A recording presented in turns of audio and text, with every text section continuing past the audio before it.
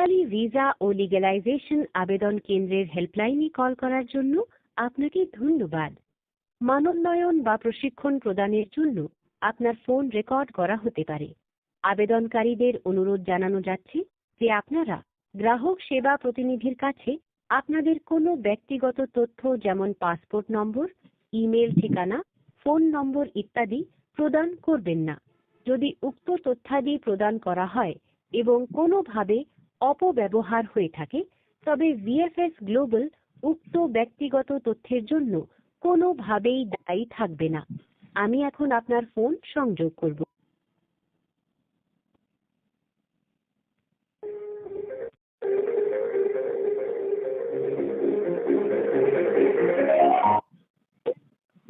ধন্যবাদ BFS global Italy visa help ডেস্কে call করার জন্য। ওয়াসিফ বলছি, কি ইনফরমেশন দিয়ে সহযোগিতা করতে পারি? জি, আসসালামু আলাইকুম। আমি অ্যাপয়েন্টমেন্টের জন্য মেল করছিলাম। তো গতকালকে আমার একটা নাম্বার থেকে কল আসছে, কিন্তু আমি কলটা রিসিভ করতে পারিনি। তো এখন আমি জানতে চাচ্ছি এই নাম্বারটা কি বিএফএস গ্লোবালের না অন্য কোনো ইয়ের নাম্বারটা, আইপি নাম্বার একটু চেক করে বলবেন? ওকে স্যার, দুঃখিত স্যার, আমাদের এন্ড থেকে স্যার কোনো নাম্বার চেক বা ট্র্যাকিং করার কোনো ওয়ে নেই স্যার, দুঃখিত বিষয়টির জন্য। এখন স্যার আপনার বিষয়টি হচ্ছে যে আপনি ওয়ার্ক ভিসার জন্য মেল করেছিলেন অ্যাপয়েন্টমেন্ট বুক করার জন্য। জি জি সেক্ষেত্রে আপনার কাছে একটি কল গিয়েছিল অ্যান্ড আপনি কলটি পিক আপ করতে পারেননি, তাই তো জি স্যার? জি জি জি। এখন স্যার বিষয়টি হচ্ছে যে সেন্টার থেকে অনেক অ্যাপ্লিকেন্টকে কল করে অ্যাপয়েন্টমেন্ট ডেট জানিয়ে দেওয়া হচ্ছে। এটি স্যার কিছু কিছু অ্যাপয়েন্টমেন্ট বা কিছু কিছু অ্যাপ্লিকেন্টদেরকে এটি কল করা হচ্ছে। যেহেতু স্যার আপনি কলটি পিক আপ করতে পারেননি, আপনি স্যার কাইন্ডলি ওয়েট করবেন। আশা করছি স্যার পরবর্তীতে আবার কল করে আপনাকে আপডেটটি জানিয়ে দিবে স্যার। এখন যেহেতু কলটি পিক আপ করতে পারেনি, আপনাকে অবশ্যই ওয়েট করতে হচ্ছে।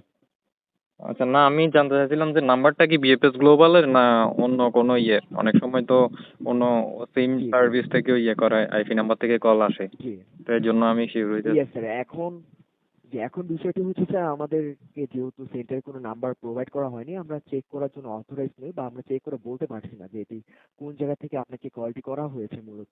আপনি স্যার কাইন্ডলি কিছুদিন ওয়েট করবেন। যদি সেন্টার থেকে কল করা হয়ে থাকে, যদি আপনি পিক আপ না করে থাকেন, পরবর্তীতে স্যার আইটি কল করা হবে স্যার, আপনি ওয়েট করবেন। আচ্ছা, আরেকটা বিষয় জানতে চাচ্ছিলাম। বিষয়টা হচ্ছে যে অ্যাপয়েন্টমেন্ট কি চালু হয়েছে, ওয়ার্ক ভিসার অ্যাপয়েন্টমেন্ট যেটা বন্ধ ছিল আর কি, গত 16 অক্টোবর থেকে? জি না স্যার, এখন পর্যন্ত ওয়ার্ক ভিসার অ্যাপয়েন্টমেন্ট ডেট দেওয়া চালু হয়নি। এটি আনুমানিক কবে নাগাদ চালু হতে পারে, এটি স্যার আমাদের এন্ড থেকে এই মুহূর্তে বলা পসিবল হচ্ছে না। চালু না রিসেন্ট হলে আপডেট অনুসারে স্যার, অনেকে তো ডাক আসতেছে, মেইল আসতেছে বা জমার জন্য কল জি করতেছে, জি, একটু আগে আপনিও বললেন। তো এটা কিভাবে হচ্ছে? ইয়েস স্যার, এটি স্যার পাবলিকালি অ্যাপয়েন্টমেন্ট ডেট দেওয়া চালু হয়নি। এখন স্যার সেন্টার থেকে কিছু কিছু অ্যাপ্লিকেন্টকে কল করে একটি ডেট জানানো হচ্ছে। যেহেতু স্যার স্লটস গুলো, যে অ্যাপয়েন্টমেন্ট স্লট গুলো রয়েছে, এটি এম্বাসি থেকে ডাইরেকশন দেওয়া হয়েছে এই কয়েকটি ফাইল আমরা রিসিভ করব। যেহেতু স্যার অ্যামাউন্টটি খুবই কম, সেক্ষেত্রে পাবলিকালি অ্যাপয়েন্টমেন্ট ডেট দেওয়া চালু হয়নি। এটি স্যার ওভার দ্য ফোন কিছু অ্যাপয়েন্টমেন্ট ডেট দেওয়া হচ্ছে, যেমন স্যার 5 থেকে 6টা অ্যাপয়েন্টমেন্ট ডেট এইভাবে দেওয়া হচ্ছে, ডেইলি বেসিসে কল করে জানানো হচ্ছে। আচ্ছা আচ্ছা আচ্ছা, এখন কথা হচ্ছে যে যদি পাবলিকলি চালু না হয়ে থাকে, এখন তো জমা ইয়েস নিচ্ছেন স্যার। আপনারা, হ্যাঁ, পাবলিকলি চালু জি। কবে নাগাদ হবে? এটা কি আদৌ পাবলিকলি চালু হবে না এরকম 2 4 5টা করে মানে ইয়ে করবেন, জমা নিবেন? জি না স্যার, এটি অবশ্যই অ্যাপয়েন্টমেন্ট ডেট দেওয়া চালু হয়ে যাবে, যেহেতু স্যার 22 বা 23 সালের কার্যক্রমগুলো এখনো চলমান রয়েছে। এটি হ্যাঁ, স্যার যতদিন শেষ না হচ্ছে অ্যাপয়েন্টমেন্ট ডেট দেওয়া চালু হবে না।